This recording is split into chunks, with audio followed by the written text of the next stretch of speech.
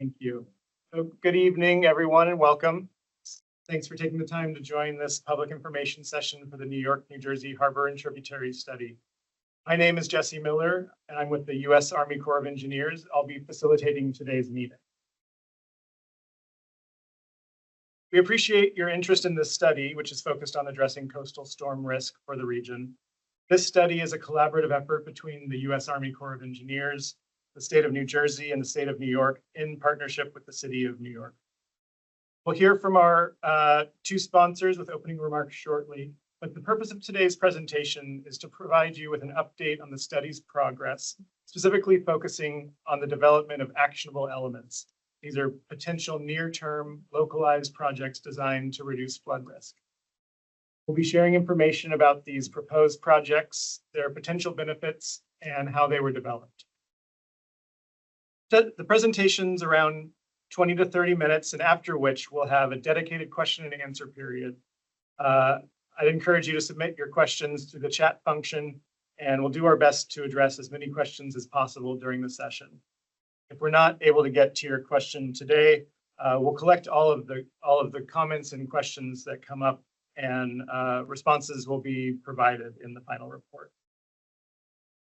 We are recording this session for those who are unable to attend live.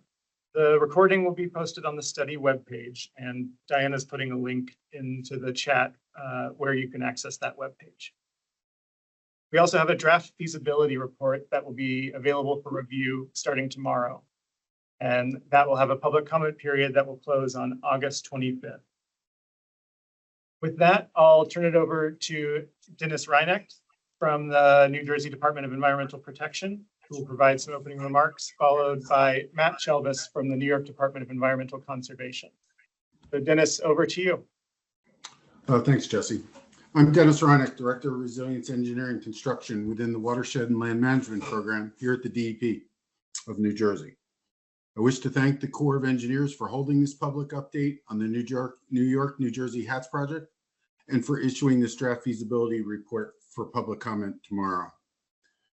As a non-federal sponsor of an important flood resilience project, I would like to also thank our local partners at New York State and New York City for all their hard work and partnership. But what's the purpose of tonight? It's about community feedback, and it's an important part of this process. We ask that you participate and provide comments during the 30-day open comment period as we review the report along with you. Your feedback will be used to refine the draft report and generate a successful final Chiefs report next year. Again, I want to thank you again for taking up your valuable time to help us make this report better, and we look forward to hearing from you all. And with that, I'd like to hand off to my friend from New York, Matt Chelbis, who will introduce himself. Hey, Dennis, thank you. Everybody, good afternoon, good evening. My name is Matt Chelbis. I'm the section chief for the coastal program here at the New York State Department of Environmental Conservation. To echo what Dennis said, I would also like to thank the Army Corps and our non-federal partners for all the work they've done, both on the comprehensive HAT study throughout the years and the work they've done on these earlier actionable elements. As Dennis said, a public review and participation is an important aspect of these projects.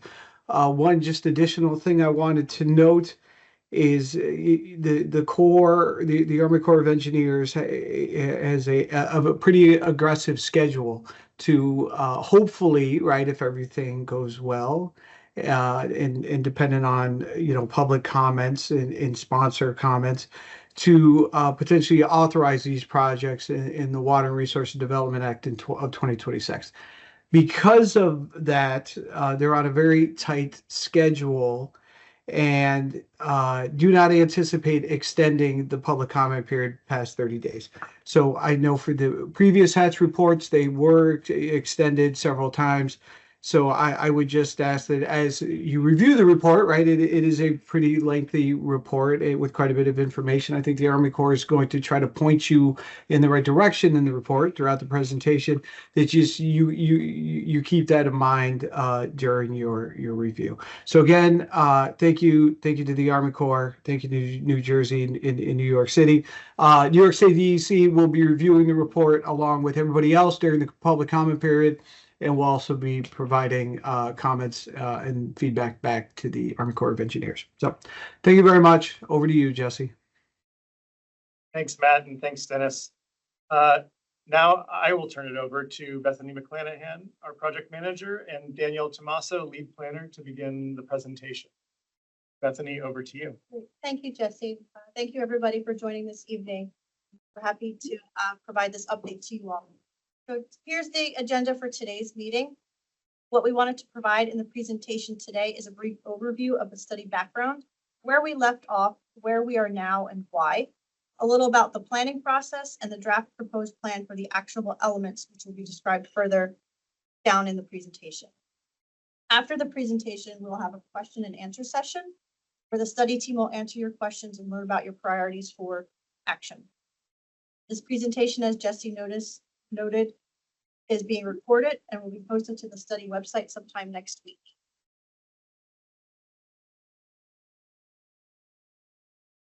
Okay, so after Hurricane Sandy, as we all know, the East Coast was pretty devastated. The Corps undertook a North Atlantic Coastal Comprehensive Study, or NACS, as it's called, to look at unaddressed coastal storm risk along the entire eastern seaboard. Out of that study came 9 different focus areas, including the New York, New Jersey Harbor and Tributary Study, also known as HATS.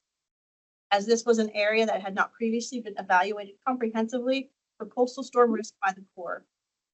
It covers the most highly urbanized and densely populated area of the country, as shown here on the map, which includes the New York City metropolitan area, portions of central and northern New Jersey, Long Island Sound up to the Federal Lock and Dam in Troy, New York.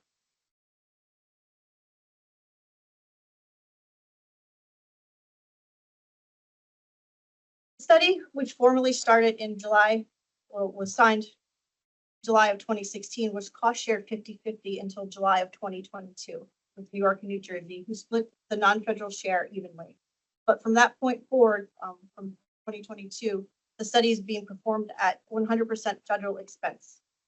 Is funded by the Disaster Recovery Supplemental Appropriations Act, DRSA, which was passed in the wake of post-tropical depression Ida in 2021. The study received an initial exemption in 2018 for an increased study cost and schedule, and then a second exemption in April of 2021 for further extension to the study schedule, as the study had been effectively paused in 2020 and 2021 due to lack of federal funding. In late September of 2022, the draft integrated feasibility report and Tier 1 environmental impact statement was released on the study, beginning the public review period. The draft report and all of its multiple appendices can be viewed still on our website. While the study has had extensive public outreach previously in 2017, scoping meetings, as well as the interim report in 2019, the draft report was the first document by the Corps where we identified the plan that we think tentatively might best address remaining coastal storm risk for this complex and vital study area, both now and into the future. Since then, we have rescoped the study to focus on near-term actionable elements. These are near-term localized project recommendations that could be authorized for construction through a potential Water Resource Development Act, or WRDA, ahead of the broader comprehensive plan. This pivot occurred because we feel something small built sooner is better than waiting for a larger project to be built later on. So the actual elements were proposed in coordination with our sponsors and partners and are aligned with the priorities for this coastal storm risk management project. We do acknowledge that there are still system-wide models and engineering analyses that need to be run to answer the questions on the draft report from 2022. So while we're waiting for that funding to come in, we are moving forward on these local focused CSRM projects, which we are calling actionable elements. That's where we are in 2025.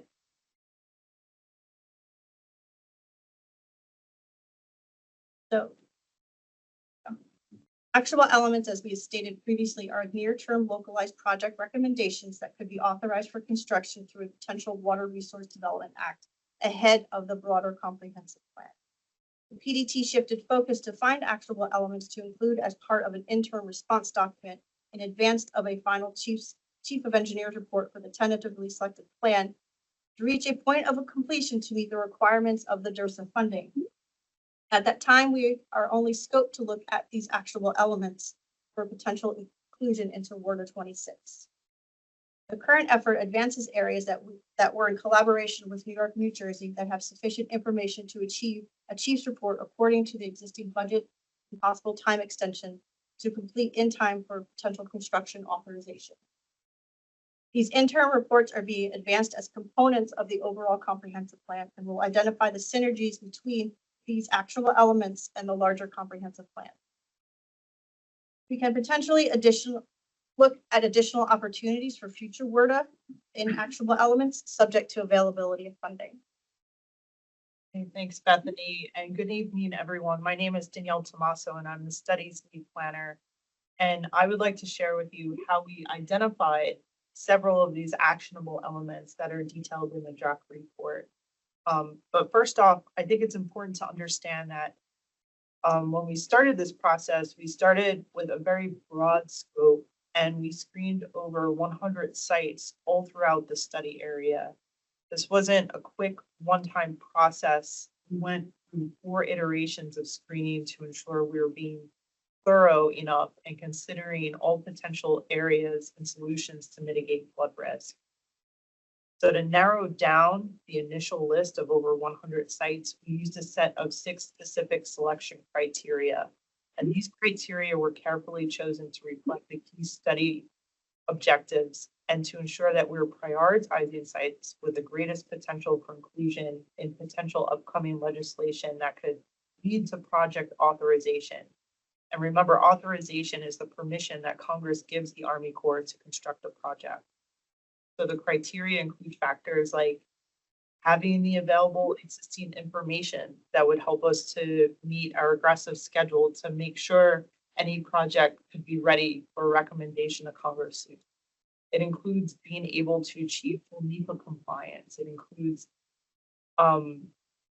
making sure how and what we recommend doesn't rely on or influence the decision on the comprehensive plan. These sorts of things are the things that we considered in the screening process. And we do recognize that we need more time and funding to address the comments on the overall plan that was detailed in the 2022 draft report. But like Bethany was saying, in the meantime, while we wait for this, we can move ahead on some of the more localized actions because we recognize that there's a need for near-term actions sooner rather than later. The iterative planning process helped us to focus our resources on the areas where we can make the biggest difference in the amount of time that we have to make this recommendation to Congress.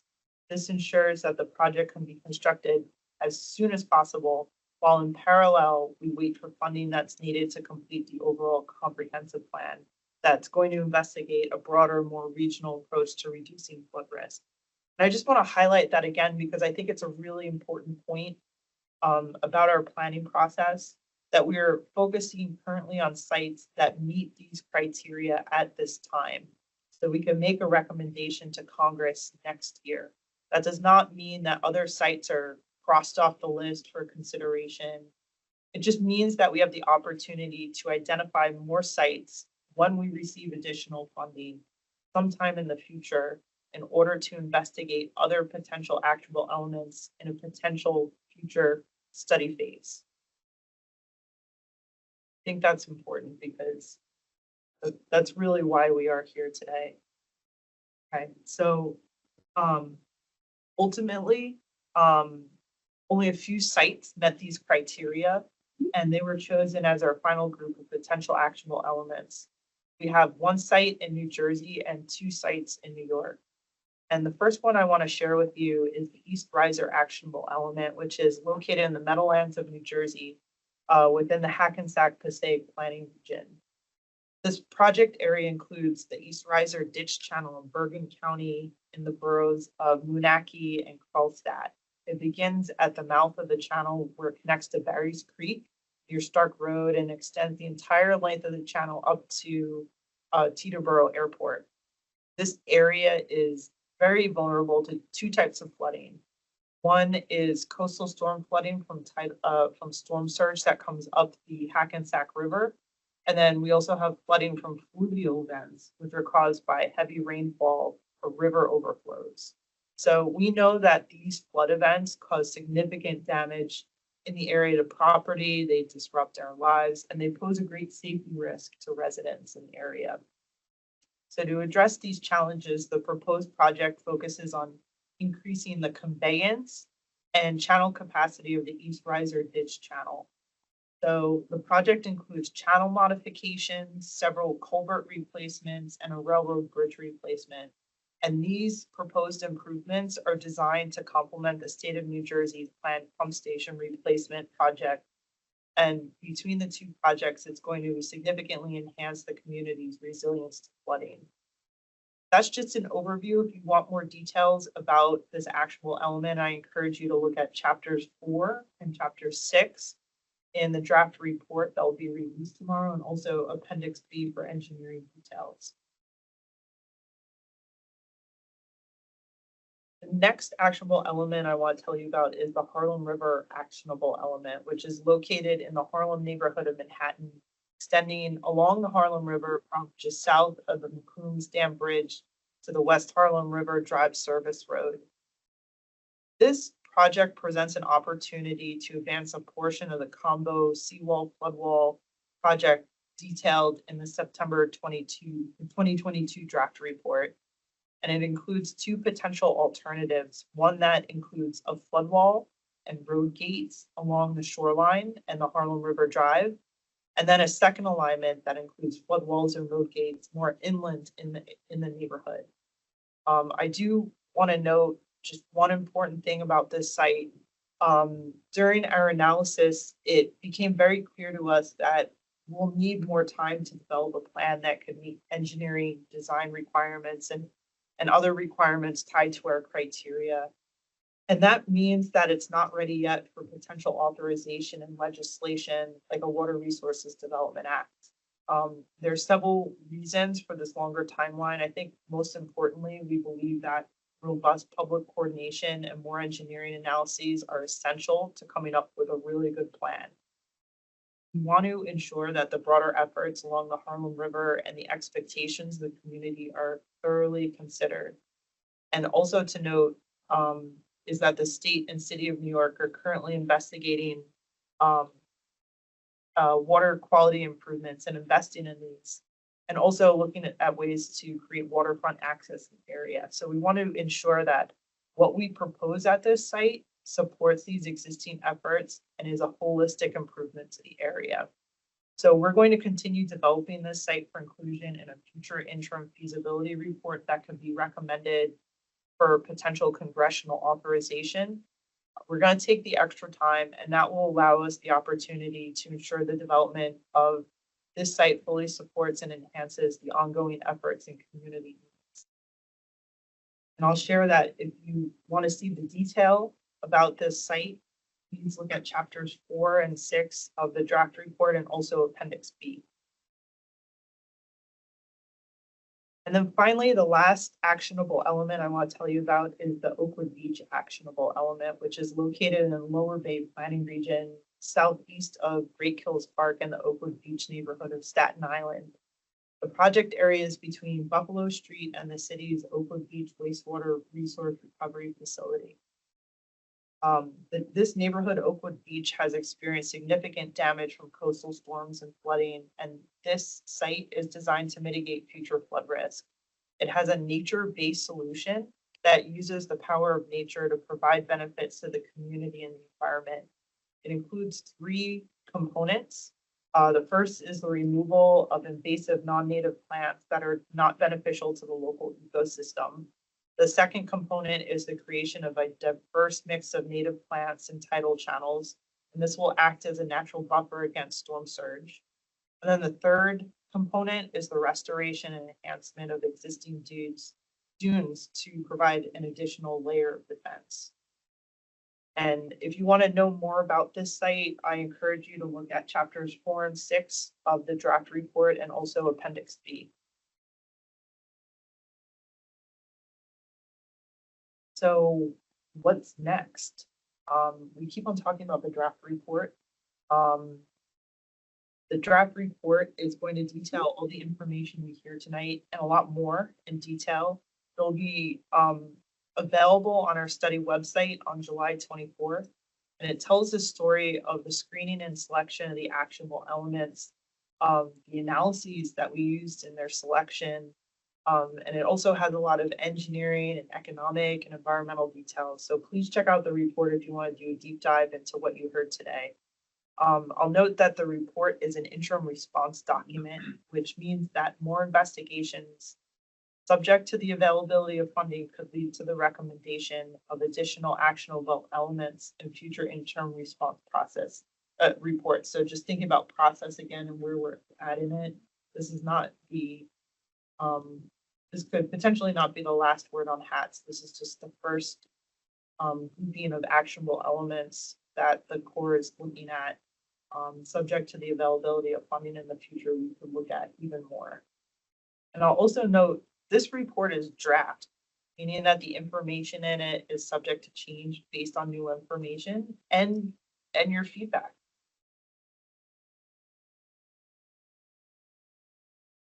We are committed to keeping you informed and involved throughout the planning process and hearing your feedback on the information in the draft report. I'll say that this public information session is one of a series of meetings we'll be holding over the next month during the draft report's public comment period that closes on August 25th. We'll be holding both in-person and virtual meetings this summer, so stay tuned for those announcements. We're actually asking for your input now about how to schedule these public meetings. You'll see a QR code on this slide, and Diana's putting in the chat a link to the website. Please help us plan the meetings. Go to the website, tell us what you think about how we should schedule the meetings. And if you have ideas about where we could host the meetings, or if you're part of an organization that could help host them, we'd certainly like to talk to you about that. So while people are in full, I'll just go over this infographic on the bottom of the slide that shows what to expect through next summer. We are here at the green box all the way to the left, moving to the second box on July 24th when the draft report comment period begins.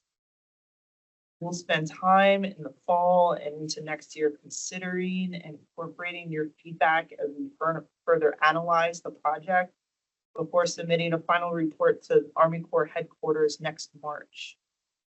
From there, we expect a Chief of Engineers report with a final recommendation will be signed next June, and then Congress may take action to authorize the project.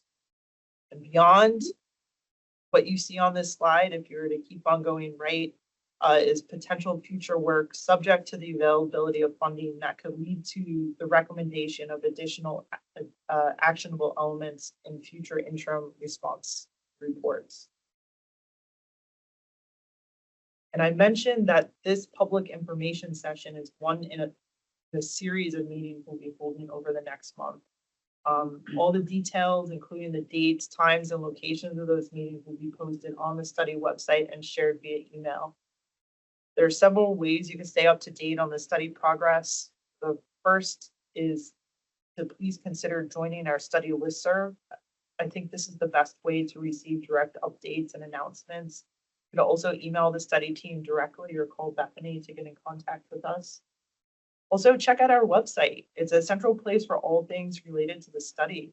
You'll find the draft report tomorrow, this presentation, a recording of it, and much more, including a link to the ArcGIS interactive story map, which is a great resource for exploring the actual elements using interactive maps and graphics. Is a great tool.